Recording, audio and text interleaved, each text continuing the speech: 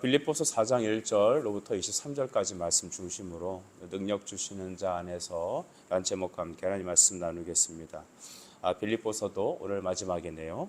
우리 마지막에 읽었던 23절 바울의 축도가 눈에 들어옵니다. 주 예수 그리스도의 은혜 그것이 너희 심령에 있을지어다. 심령, 마음과 영에 있길 바란다. 우리 마음은 원래 영혼의 좌소다라고 표현들을 하죠. 그래서 우리 마음은 참 중요합니다. 그래서 마음은 복음이 들어오는 문이기도 하고 유혹이 들어오는 문이기도 하죠. 그래서 잠언에 보면 너희 마음을 지켜라라고 하는 말씀도 보면 이 마음이 문이라는 것을 우리는 알고 있습니다. 여러분의 마음의 문을 어떻게 지켜야 될까요? 나의 결심과 결단으로 절대 안 됩니다. 맨날 결심하면 맨날 넘어집니다. 그래서 믿음의 방패를 사용해야 되지 않겠습니까? 나를 의존하지 말고 믿음의 방패를 사용하십시오. 믿음 하나님이 주신 선물이죠. 그 말씀 은혜 붙잡고 주님 앞에 나가면 주님이 이 기름을 주십니다. 여러분 안에 심령이 마음과 영이 하나님의 은혜로 강건해지길 바랍니다. 오늘 바울은 이 빌립보 교회 안에서의 성도들의 하나됨에 대해서 이 유니티에 대해서 말하고 있죠.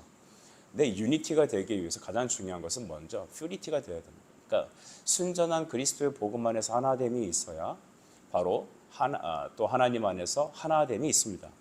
그러니까 그리스도의 말씀에서 떠나게 되면 우리는 큰 일이 벌어지죠. 그래서 우리 2절 말씀 보니까 바울은 다음과 같은 권면을 하죠. 내가 유오디아를 권하고 순두개를 권하노니 주 안에서 같은 마음을 품으라 라고 했습니다. 그렇게 보면 유오디아랑 순두개가 같은 마음을 품지 않는 교회 안에서 갈등 구조를 일으키는 대상으로 여겨집니다. 이들이 아마 교회 안의 리더가 아니었을까요? 어느 조직이든 두세 사람이 모이면 두 사람이 모였을 때 요 세 번째 사람을 험담하게 되어 있습니다. 그것이 이제 사람의 특징 아닐까요? 또 4명이 있거나 5명이 있으면 항상 편을 가르죠. 그래서 제가 아는 어떤 목사님께서 종목사 만약에 교회 안에 장로를 세우려거든 짝수로 세워라 그러더라고요. 그게 무슨 말인가 생각해 봤더니 그래서 그러셨구나 라는 생각이 듭니다.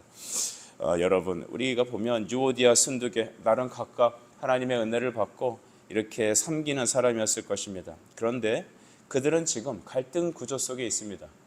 교회 안의 리더십들이 갈등을 일으키게 되면 여러분 그때부터는 사탄이 군병과 같이 몰려옵니다. 목회자와 평신도 리더십과의 갈등이 있을 수 있겠고 또 A 집사와 B 집사의 갈등이 있을 수도 있겠죠. 우리는 수많은 갈등 속에 살아갑니다. 그것은 우리 마음이 죄로 인하여 어그러지고 삐뚤어졌기 때문입니다. 그래서 9가지 잘해도 한 번 여러분 비틀어지면 잘못되는 것이 바로 인간의 마음이죠. 교회는 그래서 무엇이 가득해야 될까요? 성령 안에서 하나가 되어야 합니다. 같은 말씀, 같은 믿음, 한 성령 안에서 같이 걸어가야 되죠. 저는 우리 성도들에게 부탁드립니다. 여러분이 한 성령 안에서 믿음으로 주님을 지향하여 여러분 자신을 의지하지 말고 하나님의 영광을 위해서 같이 걸어가는 동역자들 되길 바랍니다. 나 아니어도 누가 하겠지. 우리 참 사람은 이기적인 마음이 있는 것 같아요. 저희 요즘 중학생들이나 고등학생 젊은 사람들을 보면 다음 같은 특징이 있습니다. 왜 내가 해야 되냐? 그렇죠? 왜 내가 해야 합니까? 그리고 제가요? 세 가지 요가 있잖아요. 제가요? 왜요? 그런 거 있죠. 이거 같이 합시다. 왜요? 했나요? 제가요? 왜요? 이런 것이 있는데 나만 아니면 된다는 생각들 참 많이 갖고 있습니다. 교회에서 허드렛 일, 어려운 일들은 굳이 하고 싶지 않습니다. 그러나 여러분 우리 교회의 장점은 무엇입니까? 바로 함께해야 걸어갈 수 있다는 것이죠. 어느 한 사람이라도 여러분 도태되거나 또 갈등 구조에 있거나 마음을 닫아버리면 그 다음부터는 교회는 어려워집니다. 왜 근데 단순한 사람과의 관계, 갈등과의 관계라고 생각하기 이전에 이것이 왜 영적인 문제일까요? 갈등이 생기면 편이 갈려지고 그 다음부터는 여러분 감사가 사라집니다. 그리고 말씀 선포의 길이 닫히고 기도의 문이 닫히게 되어 있습니다. 그래서 여러분 우리는 정말 생각해야 됩니다. 바울이 왜 유오디아 순두개에 대해서 다음같이 부탁하느냐? 그것은 말씀을 막는 것을 여러분 없애기 위한 것입니다. 연합하여 기도의 하나됨이 사라지기 때문입니다. 교회의 가장 큰 능력은 연합된 기도입니다. 같은 마음을 품을 수 없게 하는 것들. 사탄은 참 여러 가지로 공격하죠. 섭섭한 마음이 들어오기도 하고 이런 이유 저런 이유로 싸우기도 하는데 이유야 어떻게 됐든 결과론적으로 그 뒤에서 그들을 다 다독이고 싸우게 하고 갈라쓰게 하는 것들, 그것들은 바로 사탄의 역사입니다. 부부간의 사이도 그렇죠. 부부간에 싸우고 다투고 불편하면 기도가 막힙니다. 그리고 성도들 간에서도 여러 편이 갈리고 불편한 마음이 있으면 성령이 역사하지 않습니다. 싸우는 교회 위에 어떻게 성령이 일합니까? 싸우는 교회는 촛대가 옮겨진 교회입니다. 여러분, 그래서 다시 그런 교회는 다시 시작해야 되는 거죠. 물론 뭐 부부들이 다시 시작할 수는 없죠. 제가 드리는 말씀은 성령 안에서 다시 하나됨에 힘써야 한다는 겁니다. 여러분, 하나됨이라는 것은 인간적인 노력과 결단이 아니죠. 밥 한 번 먹고 차 한 잔 마셨다고 되는 게 아닙니다. 우리는 세상 사람들이 아닙니다. 세상 사람들 술 한 잔 마시면 뭐 풀린다? 그건 풀리는 게 아닙니다. 우리는 영적으로 하나 되어야 합니다. 하나됨에 힘쓰는 저와 여러분 되길 바랍니다. 그래서 이 같은 마음을 품기 위해서 바울은 3절을 말합니다. 참으로 나와 멍에를 같이 한 내게 구하노니 복음에 나와 함께 힘쓰던 저 여인들을 돕고 또한 클레멘트와 그 외에 나의 동역자들을 도우라. 그 이름들이 생명책에 있느니라. 아멘. 생명책에 있느니라 라고 성경은 말하고 있습니다. 생명책. 우리가 이 생명책이 어디에 나오냐? 여러 부분에 나오지만 특별히 요한계시록 20장 12절 말씀을 읽어보시면 주께서 이렇게 말씀하시죠. 그 보좌 앞에 서 있는데 책들이 펴 있고 또 다른 책이 펴졌으니 곧 생명책이라. 죽은 자들이 자기 행위를 따라 책들에 기록된 대로 심판을 받으니 라고 말합니다. 행위에 대한 책이 있는가 하면 또한 구속받은 하나님의 성도들의 이름이 적힌 생명록도 있습니다. 여러분은 예수 믿는 믿음으로 생명책에 기록되는지 믿습니다. 인생의 가장 중요한 것은 이 생명책에 기록되어야 합니다. 믿음으로 밖에 기록되지 않습니다. 예수 믿어야 합니다. 보혈로 씻김 받아야 됩니다. 그렇지 않으면 우리의 행위대로 적혀진 이 책대로 우리는 판결을 받게 되어 있지 않습니까? 왜 우리는 성도들과 연합해야 됩니까? 그것은 바로 그들이 생명책에 기록되어 있기 때문입니다. 그래서 그들은 동역자인 것입니다. 따라하시죠. 생명책에 기록된 동역자. 시작. 생명책에 기록된 동역자. 그렇습니다. 우리가 사람 보면 마음에 안 듭니다. 여러분 저 보면 마음에 안 들 것입니다. 저 사람은 눈이 왜 저렇게 생겼을까? 저는 참 오해를 많이 받는데 이렇게 어렸을 때 이렇게 군대에 있을 때 총을 맞아갖고 눈이 한번 터진 적이 있어요. 그러다 보니까 이게 봉합이 제대로 안 됐는지 그러니까 쳐다보면 이렇게 째려보는 것 같은 눈빛이 좀 있나 봅니다. 그러다 보니 약간 피곤하고 또 이렇게 좀 이렇게 컨디션이 안 좋거나 딴 생각을 하게 되면 사람을 잘못 볼 수가 있는 겁니다. 근데 참 사람이 마음이 너그러울 때 그런 모습을 보면 왜 저렇게 눈을 뜨지? 라고 생각하겠지만 마음이 불편할 때 그 눈을 보면 어떨까요? 왜 저렇게 째려보지? 나만 미워하나? 그 다음부터 집에 가서 상상의 나래를 펴는 거죠. 이런 경우를 참 많이 경험했어요. 그래서 항상 거울을 보고 연습도 하지만 이게 연습된다고 되는 건 아니죠. 저 사람은 왜 눈이 저렇지? 저 사람은 왜 성격이 저렇지? 저 사람은 왜 말을 저렇게 하지? 그렇게 생겨먹은 그릇입니다. 근데 나랑 안 맞은 거죠. 그렇죠? 왜 부부싸움 합니까? 나랑 다르니까. 나의 세계관이 다르니까. 나의 부모님과 내가 평생 살아왔던 밥그릇과 먹었던 양이 다른데 어떻게 전혀 다른 밥그릇이 만났는데 똑같이 됩니까? 상대방이 저주스럽고 너 때문에 내 인생이 힘든 것이 아니라 여러분 그렇게 생긴 사람들과 만난 것이죠. 교회는 그런 것 아닐까요? 그런 사람들이 함께 연합될 수 있는 정말 중요한 근거는 우리가 생명책에 기록된 동역자라는 것이죠. 동역자, 누굴 동역자라고 합니다. 짐을 함께 지고 함께 가는 것입니다. 여러분 문 앞에 왔을 때 현관에 등이 달려있죠. 벌써 빛이 임하였습니다. 하나님도 빛을 창조하시면서 일하셨는데 기도했던 바 또 사람의 수고가 있었죠. 이렇게 참 수고하시는 분들을 보면 참 기쁨과 감사와 기도가 됩니다. 여러분 그래서 이런 등을 하나 달더라도 좀 함께 하셨으면 좋겠어요. 한두 사람 힘들고 나머지 사람 편하고 그런 거 말고 할 수 있는 대로 서로 돌아보아 사랑과 선행을 서로 격려했으면 좋겠습니다. 어쨌든 여러분 우리는 생명책에 기록된 동역자입니다. 생명책에 기록된. 그러므로 나와 안 맞는다고 해서 내 기분이 나쁘다고 해서 그것을 대할 것이 아니라 우리는 한 가지를 좀 주목합시다. 그가 예수의 피로 생명책에 기록된 짐을 함께 나누어지라 주신 동역자라는 것입니다. 하나 되기를 힘쓰시다. 어떻게 하나 되어야 된다고요?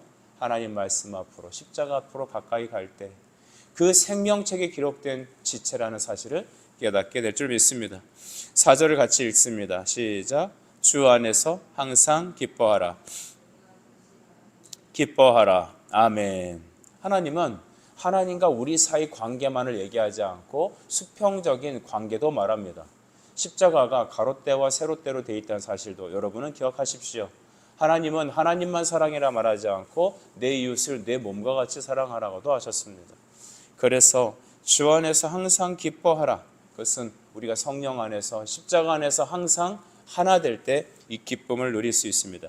하나님은 기뻐하라 명령하셨습니다.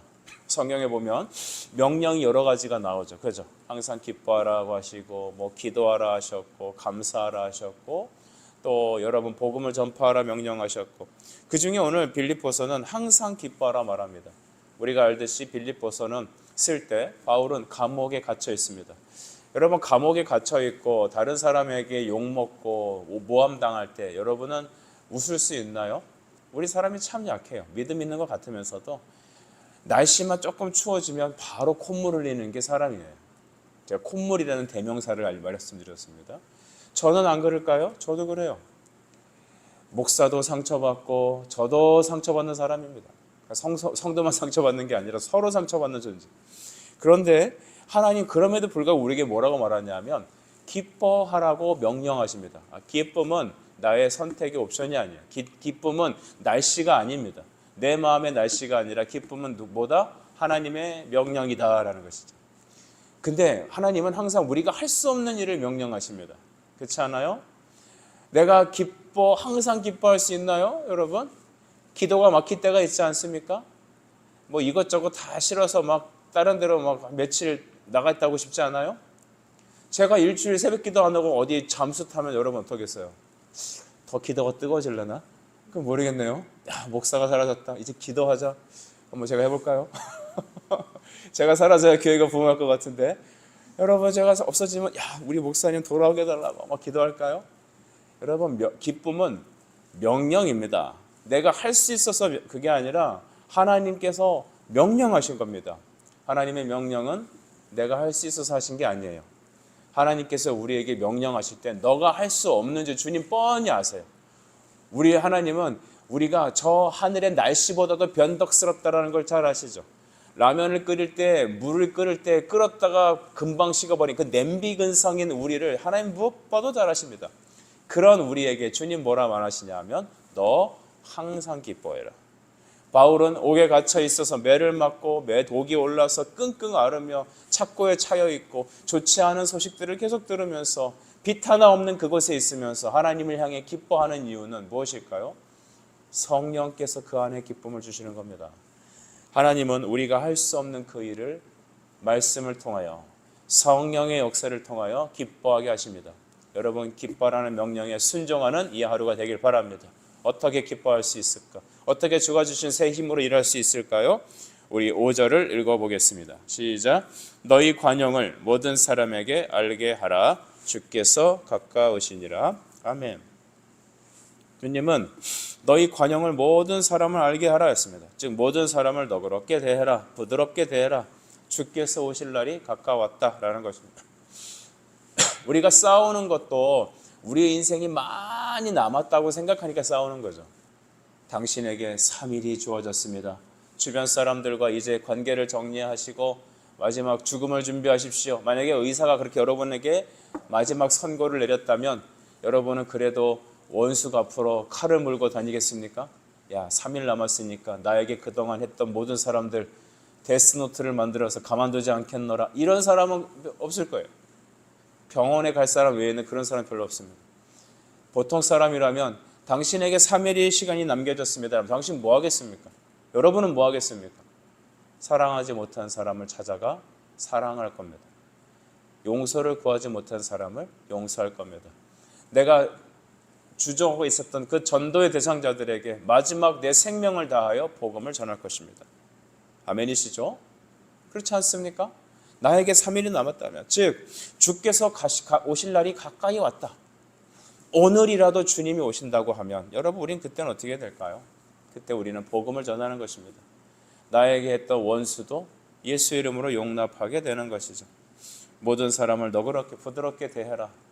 여러분, 우린 그렇게 못합니다. 왜냐하면 다 자기 중심적으로 생각하기 때문입니다. 그래서 하나님은 이웃을 사랑할 때 내 몸과 같이 사랑하라고 하신 것 같습니다. 여러분은 여러분이 실수하면 막 스스로 자책하시는 편인가요? 예를 들어서 손이 뭘 하다가 실수해서 중요한 어떤 물컵을 깼어요. 뭘 잘못해갖고 큰 실수를 저질렀어요. 그러면 여러분은 여러분 손에다가 형벌을 가합니까? 막 음식을 하다가 갑자기 그 설탕을 넣어야 되는데 소금을 확 부어줬어요. 이 손 가만 놔두지 않겠다, 벌로 화형에 처한다 해서 가스불에 이렇게 됐나? 이런 사람은 없어요. 우리는 우리 몸에 대해서 끔찍이도 아낍니다. 다른 사람이 병 걸려 힘들어도 내가 아프면 막 힘들어요. 내 마음이 아프면 벌써 나는 방어 기제를 착 피죠. 왜 그러냐면 사람은 자기 중심적이기 때문입니다. 사람은 자기 행복을 추구해요. 그래서 자기 사랑에 매여 있어요. 하나님은 자기 사랑, 자기 중심이라는 것은 죄의 결과물이라고 말합니다. 하나님을 우선적으로 사랑하는 것, 그것이 바로 주님이 우리에게 요구하시는 겁니다. 하나님은 우리에게 너희의 날이 멀지 않았다고 말합니다. 여러분, 우리의 날이 멀지 않았습니다. 주 예수님 곧 오십니다. 오늘 오실지 내일 오실지. 그러므로 오늘 우리 하루하루 삶을 나의 마지막 날로 알아 예배하고 섬기고 사랑하고 나아갑시다. 기뻐할 수 있는 이유는 내 인생의 날은 오늘 마지막이라는 하나님의 말씀 때문입니다. 여러분이 대하는 컨텐츠는 무엇입니까? 어디다가 여러분의 기쁨의 근원을 둡니까? 여러분이 즉 어디다가 좀 빨대를 꽂고 음료를 마십니까? 그 음료가 세상이란 음료입니까? 아니면 그리스도의 말씀의 은혜의 음료입니까? 그거에 따라서 우리는 마음이 딱딱해지고 조급해지고 감사하지 못하고 할 수 있고, 아니면 그 음료가 그리스도의 십자가에서 흘러나오는 보혈의 음료라면 우리는 기뻐하고 용납하고 다시 일어설 힘이 있을 것입니다. 나를 의지하지 말고 자기를 부인하며 우리에게 주신 십자가의 은혜를 먹게 해지고 하나님의 구속하신 그날까지 천성을 향하여 전진하는 우리 온샘교회와 성도들 되게 축복합니다. 또 주님께서는 어떻게 기뻐할 수 있느냐 6절과 7절에도 말합니다. 6절, 아무것도 염려하지 말고 다만 모든 일에 기도와 간구로 너희 구할 것을 감사함으로 하나님께 아뢰라. 그리하면 모든 지각에 뛰어난 하나님의 평강이 그리스도 예수 안에서 너희 마음과 생각을 지키시리라. 아멘. 우리 하나님께서 우리에게 기쁜 마음을 지켜주시고 항상 감사할 수 있게 하신 이유는 염려를 떨쳐버리고 모든 일에 기도와 간구로 하라라는 것입니다. 이 기도라는 것은 이 포괄적인 기도를 말하죠. 그걸 말하죠. 포괄적인 것을 말합니다. 그러니까 기도할 때 하나님께 다 아뢰는 그 모든 것들을 기도라고 하는데, 특별히 간구는 어떤 특정한 리스트를 놓고 하나님께 기도하는 겁니다. 우리는 기도를 하지만 특별히 간구를 하죠. 어떤 특정한 부분에 대해서 간구를 합니다. 근데 특별히 여러분이 이 아침에 간구할 것은 여러분의 마음에 대해서 간구하길 축복합니다. 여러분, 용납하지 못하고 감사가 사라지고 매너리즘에 빠지는 것들, 영적 침체에 빠지는 것들은 우리 안에 은혜가 사라졌기 때문입니다. 자식을 위해서 어머니가 열심히 일을 해서 자식들을 키우는 가정이 있다고 칩시다. 그 모진 여러분 모멸감과 어려움을 또 다 뒤로 하고도 아침에 불현듯 일어나 직장으로 달려갈 수 있는 힘은 바로 자식들을 향한 새로운 기쁨이 있기 때문이죠. 우리가 주 예수 그리스도의 영광을 위해 살아가는 그 기쁨을 날마다 뵐 때마다, 느낄 때마다, 체험할 때마다, 보혈의 은혜에 감사할 때마다 우리 안에 놀라운 힘이 솟아납니다. 많은 일을 하고도 책망을 받은 에베소 교회를 보십시오. 그들에게 첫사랑을 잃어버렸다는 책망은 바로 하나님께서 우리에게 주시는 시사하는 바가 큽니다. 기쁨을 잃어버린 신앙생활, 감사를 상실한 신앙생활, 그것은 자기 자신을 돌아보기 때문입니다. 자기 자신을 여러분 돌보지 말라는 의미에 오해하지 마세요. 자기 생각에 매어게 된다는 겁니다. 우리의 마음을 지키는 이 아침이 됩시다. 주님은 그것을 잘 알기 때문에 아무것도 염려하지 말라는 것입니다. 제가 어떤 성도님들과 얘기하면서 염려하지 맙시다, 낙심하지 맙시다라고 얘기하면 목사님 저는 염려하지도 낙심하지도 않습니다 라고 말합니다. 그런데 염려와 낙심을 좀 오해하시는 것 같아요. 자기 자신의 생각에 매여서 무너지는 마음을 염려와 낙심이라고 말하는 겁니다. 나 자신을 붙잡으면 어떻게 돼요? 무너지잖아요. 여러분의 과거의 실패의 이력들, 내가 당면하고 있는 환경적인 요인들, 나 안에 여러 가지 핸디캡과 상처들과 기타 여러 가지들로 여러분 트랩이 가득 차 있는 내 마음을 자꾸 내 자신의 마음을 붙잡게 되면 나는 주저앉는 거잖아요. 예수님의 구원은 무엇입니까? 우리가 첫사람 아담의 라인에서 로마서 5장에 나와 있듯이 그리스도라는 둘째 아담의 라인으로 우리가 갈아탄 거잖아요. 그렇죠? 완전한 아담에 우리가 귀속되었잖아요. 그래서 옛사람이 죽고 새 사람으로, 즉 둘째 아담인 그리스도와 우리는 하나 되고 그의 후손들이잖아요. 아멘이십니까? 첫사람 아담이 죄로 왕성했다면 이제는 둘째 아담이신 완전하시고 마지막 아담이신 그리스도와 하나 된 우리는 항상 그에게 나갈 때마다 하나님 우리에게 주신 축복은 기뻐함이며 감사함입니다. 염려와의 반대는 기쁨이며 낙심의 반대는 감사입니다. 우리 안에 기쁨과 감사가 아닌 내 자신을 붙잡고 무너지는 침체에 들어간다면 바울의 말을 들으십시오. 교회 안에 들어오는 영적 침체를 막는 방법, 그것은 항상 기뻐하는 것입니다. 항상 기뻐하기 위해서 여러분 스스로 결단하려 하지 마시고 바울이 전해줬던 이 대책 방법을 우리가 이 시간 사용합시다. 따라합시다. 믿음을 가지고 말씀을 활용합시다. 써보십시다. 오늘도 하나님은 역사하실 겁니다. 이제 8절에 바울은 말하기를 끝으로 형제들아 무엇이든지 참되며 무엇이든지 경건하며 무엇이든지 옳으며 무엇이든지 정결하며 무엇이든지 사랑받을 만하며 무엇이든지 칭찬받을 만하며 무슨 덕이 있든지 무슨 기림이 있든지 이것들을 어떻게 하라? 생각하라 했습니다. 생각하라. 이 생각하라라는 단어가 굉장히 중요합니다. 바로 이런 모든 것들을 내가 너에게 전해준 그 방법대로 자세히 살펴보라. 그렇게 여겨라. 그렇게 간주하라는 것입니다. 우리가 예배 드리고 말씀에 은혜 받을 때 그렇지라고 하는데 막상 문 밖을 나가서 내 삶에 적용할 때는 자기 생각대로 돌아와요. 예배 때 은혜 받고 나서 집에 돌아가면 예전에 쓰던 패턴대로 돌아간단 말입니다. 그 생각대로, 그 가치관대로. 그러니까 옷을 바꿔 입어요. 교회 현관을 들어올 때는 은혜의 옷을 입고 오는 것 같은데 집으로 들어갈 때는, 밖으로 나갈 때는 다시 옛날 옷으로 바꿔 입어요. 마치 공장에 취직한 사람이 공장에 갈 때는 평복으로 입고 가다가 들어갈 때는 작업복으로 바꿔 입는 것처럼, 왜 은혜의 작업복을 입고 돌아가고 은혜 받았다가 밖에 나갈 때는 평상복을 입고 다시 제정신 차리냔 말이죠. 그래서 바울은 얘기합니다. 생각하라. 내가 너에게 전해준 모든 말씀과 행위에 그것을 말씀을 척도로 삼아서 그 기준을 삼아서 그렇게 행동하고 살아가라는 것입니다. 여러분 우리 바울의 말씀을 우리 볼까요? 11절을 점프하면 내가 궁핍함으로 말하는 것이 아니라 어떤 형편이든지 나는 자족하기를 어떻게 했다고요? 배웠노니 했습니다. 배웠노니. 여러분 이것은 우리 자생적인 생각으로 되는 게 아닙니다. 풍족하든지 가난하든지 그러니까 어떤 환경이 있든지 여러분이 그냥 고상하게 앉아서 말씀만 들으시고 평안한 생활을 했든지 아니면 정말 사역의 현장에 집어넣어 던져서 막 뒹굴르면서 좌충우돌하면서 막 그냥 하나님 앞에 기도하며 전진하든지 무거운 걸 들든지 가벼운 걸 들든지, 저 같은 경우는 큰 목회를 하든지 개척교회를 하든지 여러분 바울은 여러 가지 환경에 다 노출됐었답니다. 나는 이런 사람이니까 이것만 할 거야. 여러분 그런 게 어디 있어요? 그럼 여러분 집에서 맨날 그러면 그 배달만 시켜 먹고 고상하게 사시겠어요? 아니잖아요. 때로는 거친 일도 해야 되잖아요. 그죠? 어떤 상황에 있든지 나는 자족하는 마음을 배웠다고 합니다. 여러분 태생적인 마음으로 본성적인 우리 타락한 신령으로는 여러분 자족하는 마음을 가질 수가 없습니다. 그래서 항상 감사가 없어요. 항상 기쁨이 없는 거죠. 그러니 바울은 말합니다. 내가 너에게 주신 그리스도의 학교에서, 이게 중요한 말인데요. 그리스도의 학교에서 배우라는 거예요.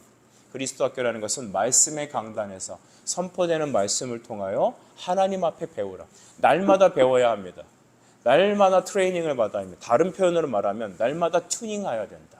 나 자신을 부인하라. 나를 날마다 쳐서 복종시켜야 된다. 악기를 튜닝하듯이 내 신앙을 다시 갖다가 제자리에 놓고 날마다 시작해라는 겁니다. 매일매일 기도가 없는 성도는 그러므로 매일매일 젖이나 먹는 어린아이가 될 수밖에 없습니다. 그런 교인들이 가득한 교회라면 얼마나 목회가 힘들까요?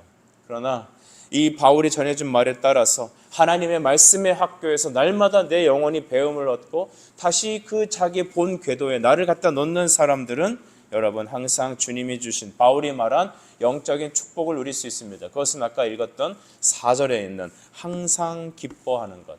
주 안에서 항상 기뻐하며 성령의 열매를 맺으며 하나님의 일을 해가는 겁니다. 교회들을 살펴보니까 안 되는 교회가 있고 되는 교회가 있습니다. 우리 집도 보면 되는 집이 있고 안 되는 집이 있습니다. 안 되는 집의 특징이 뭔지 설명해 드리겠습니다. 서로 탓하는 것이죠. 네가 문제가 있다라는 겁니다. 제가 좀 시간이 됐지만 그래도 오늘 빌립보서 마지막이니까 끝까지 한번 해보겠습니다. 그 예전에 그 한자 시간이 있었거든요. 한자 배우셨나요? 다 예세대시군요. 한자를 배우는데 거기 보면 이제 그 어떤 한자 뭐랄까 그 문장에 대한 해설 이제 예화가 있어요. 근데 잘 되는 집과 안 되는 집에 대한 예화가 있더라고요. 어느 날 어떤 사람이 웃어요. 그래서 옆에 친구가 왜 우냐고 물어봤어요. 그랬더니 내가 바지가 길어서 우리 집사람한테 좀 요만큼만 줄여달라고 그랬대요. 그랬더니 아침에 일어나서 바지를 입었더니 갑자기 그 7부 바지가 되어 있더래요. 그래갖고 그것 때문에 깔깔깔 웃었대요. 여러분 저 같으면 7부 바지가 되놓으면 야 이거 왜 이렇게 났냐? 라고 뭐라고 했을 텐데 그 가정에 보니까 7부 바지가 됐다고 깔깔 웃었대요. 보니까 아버지가 했던 그 말을 가족들이 다 들은 거예요. 그러니까 딸이 학교 갔다 와서 이만큼 줄이고 언니가 또 아버지 내일 바지 입으셔야 되는데 뭐 긴 바지 입고 가면 아니까 내가 더 줄이고 아내가 일 갔다 와서 피곤하지만 남편을 사랑하는 마음에 또 줄이고 그러니까 식구들마다 다 이만큼씩 줄인 거예요. 그러니까 여기까지 발목 좀 위에까지 온 거죠. 근데 너무 웃기지 않냐고 우리 가족들이 얼마나 사랑스럽냐고 하면서 웃어요. 바지야 또 사면 되죠. 그죠? 가족들이 이렇게 사랑 안에 살아야 되는데 그래서 그 도전받은 이 B 남자가 집에 가갖고 바지를 하나 사왔다는 거 아닙니까? 가족들한테 자 이거 바지가 기니까 이만큼 줄여놔 내일까지 해놔. 그리고 아침에 일어나서 입었는데 그대로 있더래요. 그러니까 이 남편은 어떻게 해요? 아내한테 소리 지릅니다. 당신은 남편을 그렇게도 생각 안 하고 바지를 줄이려니까 이거 그냥 놔두냐? 했더니 엄마는 큰딸에게 소리를 지릅니다. 물론 좋게 말하지 않았죠. 하지만 제가 강단이니까 야 이 녀석아 야 이 녀석의 여성형이지요. 야 이 녀석아 너는 이걸 갖다가 엄마가 줄이려니까 그래도 안 줄이냐? 엄마 내가 바지나 줄이는 여자야 하더니 막내한테 내가 너 이거 줄이라고 해서 안 했어 하니까 언니나 줄여 하더니 온 집안이 싸움판으로 바뀌었대요. 그때 이 B 남자가 깨달음이 있습니다. 되는 집이 있고 안 되는 집이 있구나. 교회가 되는 교회가 있더라는 것이죠. 안 되는 교회도 있습니다. 안 되는 교회는 어떤 것입니까? 탓하는 교회입니다. 이것은 사실 도덕을 얘기하는 게 아닙니다. 복음의 선포에 있어 너무나 중요한 성도들의 태도인 것이죠. 교회가 성령 안에 산화되기 위해서는 어떻게 해야 될까요? 우리에게 수시로 밀려오는 영적인 시험 앞에 우리가 항상 기뻐할 수 있어야 합니다. 그 항상 기뻐하는 것, 그것은 바로 주님이 오실 날이 가까웠음을 기억하고 또한 모든 사람에 대하여 마지막으로 그를 대하는 것입니다. 두 번째는 무엇입니까? 항상 기뻐하며 염려를 내다버리고 모든 일에 기도와 간구로 하나님께 기도하고 어려운 일 있을 때 조목조목 간구하며 우리에게 주실 하나님의 은혜를 미리 받은 줄 알고 감사함으로 하나님께 나아가야 합니다. 평강의 우리 주께서 날마다 여러분이 그리스도 학교를 통하여 이 모든 은혜를 감당하실 줄 믿습니다. 13절에 모든 것을 할 수 있느니라 했습니다. 내게 능력 주시는 자 안에서 이 모든 능력은 우리 주 예수님께서 주십니다. 하나님, 우리 교회가, 우리 성도들이, 이 목회자가 이와 같이 살게 하옵소서. 기도하겠습니다. 주님 은혜를 감사합니다. 이 새벽에 조금 길게 능력 주시는 자 안에서 우리에게 행하시는 하나님의 일들을 말씀을 통해 들었습니다. 듣고 끝나지 않고 주님 주시는 능력 주시는 주 안에서 모든 것을 감당하는 은혜를 주시옵소서. 예수님의 이름으로 기도합니다. 아멘.